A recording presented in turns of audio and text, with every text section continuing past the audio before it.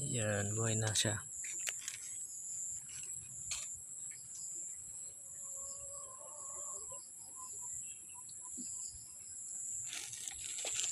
So, titingnan pa natin yung iba nating grafting.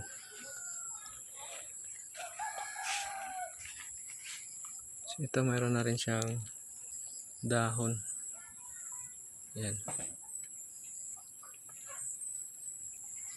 Pero hindi na muna natin ito bubuksan kasi maliit pa yung ano niya, dahon. Check natin yung nasa taas. So, ayan, buhay na rin.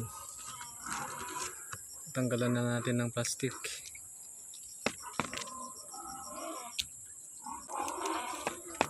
Oops.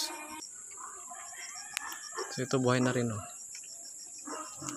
So ito yung result ng ating grafting after 2 weeks.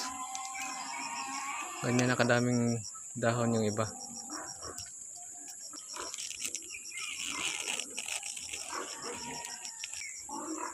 Yan.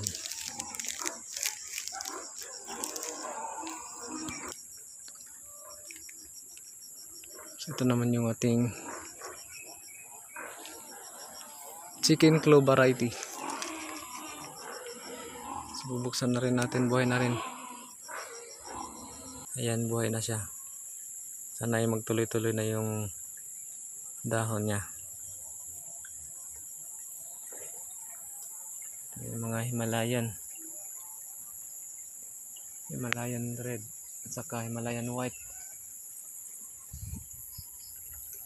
Ayan, buhay na.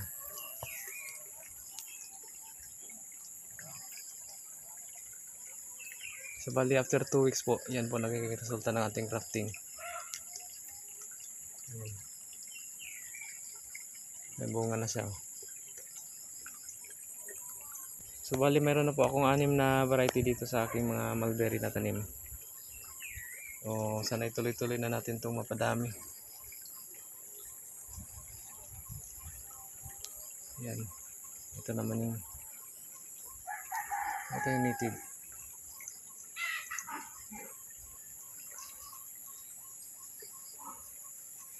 Isa hindi pa natin natanggalan ng plastic.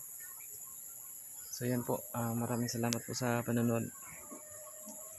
Mag-update na lang po ako nitong mga grafting na to kung patuloy na ba itong mabubuhay. Thank you.